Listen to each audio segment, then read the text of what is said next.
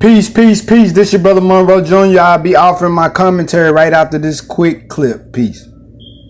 In the grisly deaths of 4 people in an apartment in Queens. One of the victims, a 6-year-old boy. And good evening, everyone, at 6 o'clock. I'm Bill Ritter. Liz is off tonight. A bloody murder-suicide. A family wiped out after an international custody battle ends in deadly gunfire in Queens. New York cops say James Shields killed his ex-wife and their young son. Another victim, believed to be his current wife, was also shot and killed. And then Shields turned the gun on himself. All that happening last night in Astoria. Eyewitness News reporter Sandra Brooklyn live at the scene with our lead story tonight. Sandra. Bill, it wasn't long after police arrived here at the scene here in Astoria last night that they began to suspect this might be a triple murder-suicide. And finally today, after talking to family members, neighbors, and even scouring social media, they determined that this was apparently a case of a man so desperately afraid of losing his child that he decided, for whatever reason, that murder was the only way out. Even as beat cops guarded the crime scene today, detectives were working to unravel the mystery of what may have led to the triple murder-suicide that has stunned residents along this Astoria block. It's crazy. I'm still in shock myself. I can't believe it.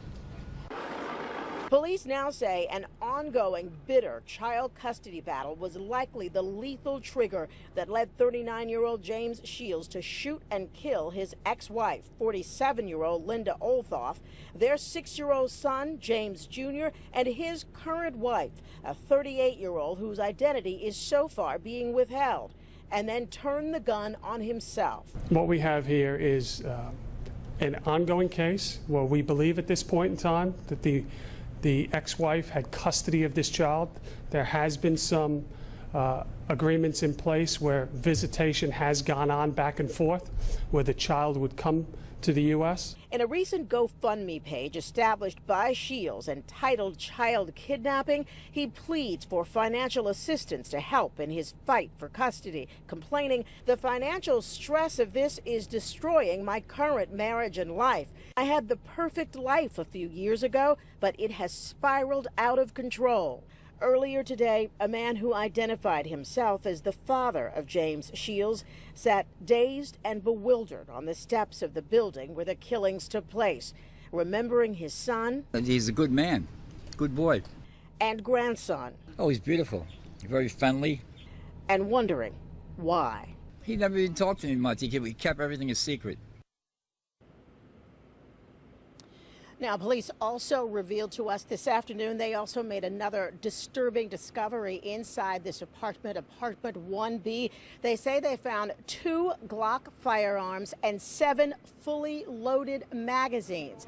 Detectives admit, though, they will likely never know what those rounds were meant for.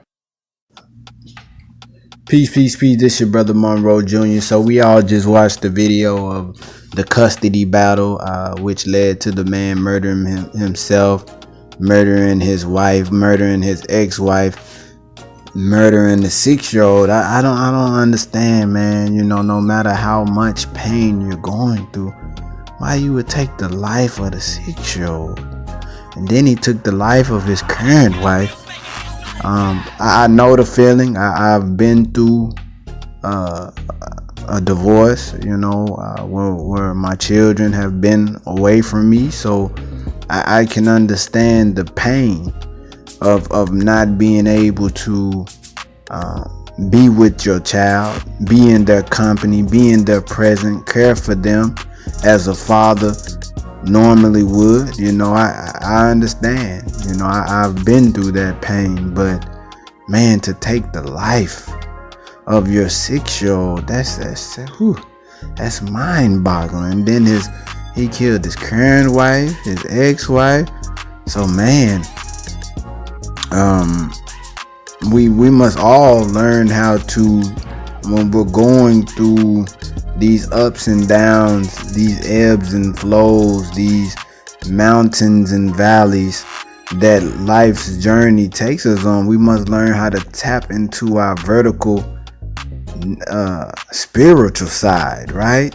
We can't incline to the horizontal bestial animalistic type characteristics, because that's not gonna help the situation, and it's all part of growing us as human beings. Everything is a lesson, and if we can learn from each lesson, no matter if our financial means are stricken, no matter if your physical movement even is stricken, it's a lesson in everything. It was a brother whom we recently visited in the hospital.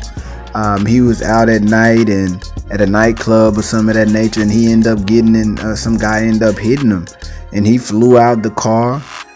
He ended up in the hospital, wasn't able to move. I told the brother, I said, brother, sometimes the Creator allows, and don't get me wrong, we play a part in it, but the Creator, allows it to happen. Everything that happens by His active or His permissive will, per what we are taught by the Honorable Minister Louis Farrakhan.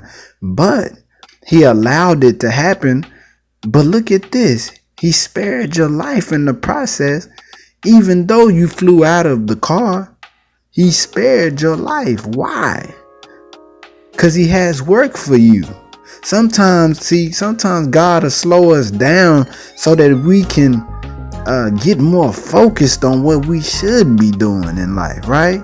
So I think about this scenario of this man who had so much stress on him, seemingly, that it would cause him to murder his entire family. And as the police said, he had many magazines, They said they don't know what his intention was, but I can understand his financial stress, having to travel internationally, that burden just to see his son, because the woman, his ex-wife, left. When she left, she went back to Holland when she was pregnant with his son. So he was just saying how he had been spending a fortune to travel as much as he could, when the baby was a baby, to see the baby. So I can understand that, but nothing, brothers and sisters, nothing. We should allow nothing to stress us out so bad that we take the life of another human being. The only time that you should take a life is if somebody's trying to take your life, right? That's a like for a life. That's like a like for a like, in self-defense. That's righteous behavior. But to take the life of other human beings just because you have a lot of pressure on you, because you're going through financial stress, because you're going through job loss or whatever, you should never take your life or another person's life. There's a solution to every problem, right? And just because you're going through a rough patch at this moment doesn't mean that it's going to be sunshine right around the corner. Just because you're going through a cloudy day does not mean that the sun will stop shining on you.